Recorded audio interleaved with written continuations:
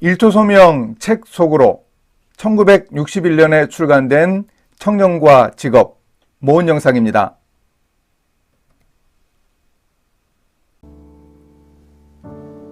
직장사회연구소 연구원이었던 김태현 목사님이 책 관련 일을 하면서 한 오래된 소책자를 보내왔습니다. 청년과 직업이라는 제목의 54쪽 분량의 작은 책자였습니다. 판권을 보고 놀랐습니다. 1961년 4월에 발행된 책자였습니다. 기독교 대한감리회 총리원 교육국에서 발행했습니다. 지금도 기독교 대한감리회 본부에 교육국이 있습니다.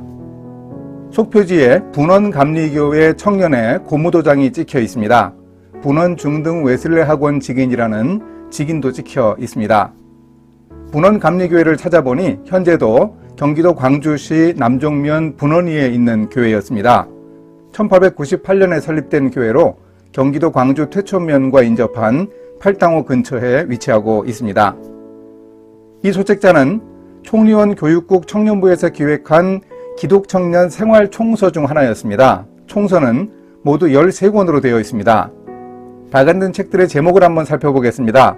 청년과 신앙, 청년과 성경, 청년과 교회, 청년과 자아발견, 청년과 세계, 청년과 직업, 청년과 선악판단, 청년과 우정, 청년과 남녀 문제, 청년과 결혼 문제, 청년과 오락, 청년과 징병 문제, 청년과 절제 문제. 감신대 학장을 역임한 홍현설 박사와 감리교회 여러 목사와 교수들이 시리즈를 집필했습니다. 이 책을 쓴 김주병 목사님은 책의 출간 당시 감리회 총리원 교육국 총무로 섬기고 있었고 1966년부터는 대한성서공회 총무로도 20여 년 섬겼습니다. 이 책은 6장으로 되어 있습니다. 1장 직업의 중요성, 2장 어떠한 직업을, 3장 내가 직업에 맞는가, 4장 직업이 내게 맞는가, 5장 교육과 직업, 6장 신앙과 직업입니다. 각 장의 끝에는 연구와 토의 문제가 있어서 책을 읽은 후 함께 토의할 수 있도록 세심하게 소책자를 제작했습니다. 지금으로부터 62년 전에 청년들에게 직업 문제에 대한 신앙적 지침을 주고 청년들이 읽고 토의할 수 있는 교재를 출간했다는 사실이 놀랍습니다. 내용을 접하면 누구나 느낄 수 있겠지만 오늘날의 직업과 소명 강의 내용과 비교해도 별다른 차이가 없습니다. 이 책의 내용을 조금은 상세하게 살펴보겠습니다. 오래된 표현들은 현대적 표현으로 적당히 바꾸어 정리해 보았습니다. 1장 직업의 중요성. 사람의 일생에서 가장 중요한 결정 3가지가 있습니다. 그 결정을 25세 이전, 늦어도 30세 이전에 스스로 결정하면 좋습니다. 첫째는 하나님과 어떤 관계를 맺느냐 결정하는 신앙입니다. 인생관 혹은 세계관이라고 할 수 있는 이 신앙은 이후 2가지 결정을 좌우합니다. 둘째는 배우자를 결정하는 일입니다. 신앙은 결혼에도 관여하고 또한 직업 선택과도 밀접한 관련이 있습니다. 셋째가 바로 직업 선택입니다. 일을 찾으면서 적성, 수입, 장래성 등 생각할 것이 많으나 어떤 직업관을 가지고 있느냐가 중요하다고 강조합니다. 직업 선택의 문제를 기독교 신앙에 비추어 생각하는 것이 바로 기독교적 직업관입니다. 성경적 직업관에 대해 책에서 이렇게 표현합니다. 무슨 일이나 정직하고 쓸모있는 일이라면 다 하나님께나 사람에게나 신성한 일이다. 기계를 만지는 사람이나 집을 짓는 사람이나 장사를 하는 사람이나 선생이나 미술가나 무사나 자기의 생을 하나님께 바치는 사람은 그 일을 통해서 생활비를 얻을 뿐 아니라 기독교적인 세계를 건설하는 데 참가하는 것이다. 이들은 월급 봉투만을 바라다보고 일하는 사람들은 도저히 맛볼 수도 없는 흥미와 성의와 열심을 가지고 일할 수 있을 것이다. 왜 그러냐 하면 기독교인들은 자기의 직업을 통해서 자기의 신앙을 실천하며 자기의 인격을 건설하고 있기 때문이다. 그는 교회에서 예배할 때와 같은 태도로 자기의 직장에 임한다. 물론 이것은 매우 어려운 일이지만 지극히 만족스러운 일이다.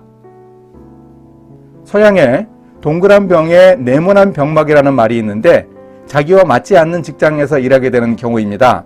여러 가지 이유가 있습니다. 우선 적합하고 마음에 맞는 직장이 나타나지 않아 일단 일을 시작해서 평생 고정되는 경우가 있습니다. 이런 상황에서도 그 일을 통해서 신앙을 실천하고 하나님 섬기기에 최선을 다해야 할 것은 당연하지만 불행하고 비극적인 상황이라고 할 수 있습니다. 둘째는 직업을 선택하면서 준비하지 않고 조급해서 맞지 않는 일을 하게 될 수도 있습니다. 형편이 시급해 아무렇게나 결정하는 태도는 곤란합니다. 셋째는 지도력의 부족입니다. 교육기관은 물론 사회적으로 청년들의 직업 선택을 지도할 수 있는 기관이나 책, 전문가도 있어야 하는데 청년들이 도움을 얻을 길이 없습니다. 직업은 생활비를 얻는 수단에 불과하다고 생각해 수입이 가장 많은 직업을 택하는 것은 위험성이 많습니다. 수입은 좋으나 위험성이 많거나 주거가 불안정하거나 정신적으로도 유익하지 못한 상황도 있기에 잘 판단해야 합니다. 어떤 직업이든지 수입과 지위 등의 주산물만 중요한 것이 아니라 친구, 환경, 심리적 영향 등 부산물도 살펴야 합니다. 행복에는 부산물이 더 중요한 역할을 할 수도 있습니다. 여성 청년들도 평생 일하려는 계획을 한 사람은 물론이고 결혼할 때까지만 일하려고 하여 별로 생각 없이 직장을 선택해 취업하는 것은 바람직하지 않습니다. 사람들이 흔히 평가하는 외부적 성공과 더불어 하나님 앞에서 성경적 직업관에 근거한 내부적 성공의 측면에서도 제대로 평가받을 수 있어야 합니다. 성경적 직업관을 가지고 어떤 직업을 선택해야 하는지 성경적 지침에 대해서는 다음 영상에서 살펴보겠습니다. 1961년에 발간된 직업 관련 책 청년과 직업은 1장에서 직업과 소명에 대해 다루었습니다. 하나님에게나 사람에게나 신성한 직업은 어떤 일을 하든지 자기의 생을 하나님께 바치며 기독교적인 세계를 건설하는 데 참여하는 것이라고 했습니다. 그저 월급 봉투만 바라보고 일하는 것이 아니라 예배를 드리듯이 하는 일을 통해 자신의 신앙을 실천한다고 했습니다. 이제 이런 성경적 직업관을 가지고 직업을 찾기 위해 특히 청년들이 어떻게 노력해야 할지 2장에서 살펴보겠습니다. 2장 어떠한 직업을? 한 번은 바이올린 연주자이고 작곡가이기도 한 프리츠 크라이슬러가 바이올린 독주회를 마치고 나오자 한 부인이 다가오며 말했습니다. 오, 크라이슬러 선생님, 제가 만일 바이올린을 그렇게 잘 연주할 수 있다면 저의 생명을 바쳐도 아깝지 않겠어요. 그러자 크라이슬러가 말했습니다. 제가 바로 그 생명을 바쳤습니다. 우리 그리스도인들이 한 직업을 선택해서 일을 할 때는 이렇게 생명을 바쳐도 좋다는 열정이 필요합니다. 최저 노동 시간만 겨우 채워서 그 방면으로 성공하는 사람은 없습니다. 우리의 재주와 정성과 기술과 능력을 총동원해 자나깨나 궁리하며 노력해야 합니다. 하나님과 나와의 관계를 결정하는 것이 직업 선택보다 우선하고 중요하다는 점을 1장에서 말했습니다. 이 믿음이 우리의 직업 선택에 중요한 영향을 미칩니다. 사람들이 목숨 걸면서 얻고자 하는 것이 무엇입니까? 돈, 권리, 명예, 지위, 자기 표현, 만족감, 인류에 대한 봉사 등을 들 수 있습니다. 이 중 당신이 원하는 것은 무엇입니까? 생명을 바쳐서라도 얻을 가치가 있고 객관적으로도 의미 있다고 생각하는 것은 무엇입니까? 얼마나 많은 사람들이 평생 추구해놓고 결국 알고 보니 생애 전체를 바쳐 얻을 만한 가치는 아니었다고 후회하는지 모릅니다. 그런데 어떤 사람은 직업을 통해 소득은 많지 않았고 세상의 평가 기준으로 성공하지도 못했지만 인류 사회가 밝아지는데 기여했다고 느끼는 사람들이 있습니다. 이런 사람은 자신의 직업에 귀중한 시간과 능력 등을 바치며 가장 귀하고 높은 것을 기대할 수 있는 권리가 많아집니다. 자신이 바친 것에 대한 대가를 요구할 수 있다는 겁니다. 자신의 생명을 바치고 어떤 대가를 요구할 수 있을까요? 이 대가는 직업을 통해 얻는 유익이기도 합니다. 첫째는 가장 중요한 것은 아니지만 중요한 것이 사실인 돈입니다. 청년의 시기에 만족할 만한 돈을 벌지 못한다 해도 돈이 사람의 생활에서 차지하는 비중이 있습니다. 그런데 직업 선택에서 돈은 맨 나중으로 생각하는 조건이 되어야지 첫째가 되어서는 안 됩니다. 돈만 벌려고 대들면 알지 못하는 사이에 그보다 훨씬 더 중요한 것을 잃게 됩니다. 정직하게 일하면 해당하는 물질적 대가를 받게 될 것입니다. 둘째는 우리가 직업을 통해 자기 표현을 할 수 있습니다. 위대한 예술 작품을 창작해야 한다는 뜻이 아니라 무슨 일이거나 최선을 다할 때 만족감을 얻을 수 있습니다. 자신의 은사에 따라 어떤 직업이든지 감당할 만한 준비가 되어 있다면 그 직업을 통해서 자신을 표현할 수 있는 기회를 가지게 됩니다. 셋째는 인격의 성장입니다. 직업에 따라 끊임없이 자기 개발을 해야 하는 경우도 있고 한번 배우면 평생이라도 되풀이할 수 있는 직업도 있습니다.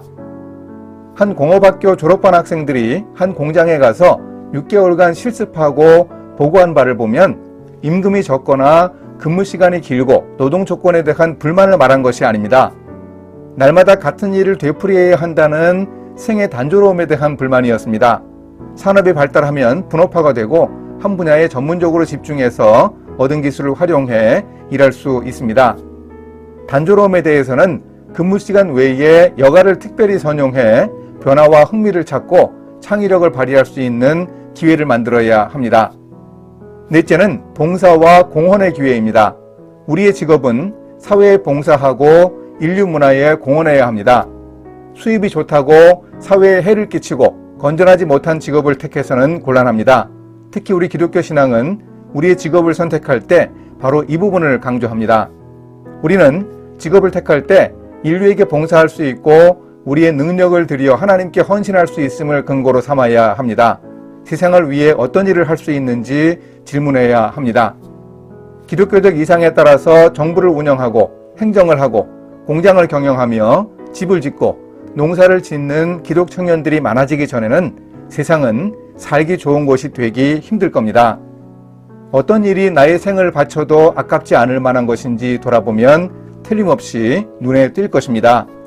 62년 전에 청년과 직업체계, 직업 선택에 관한 구체적 지침을 다음 영상에서 살펴보도록 하겠습니다.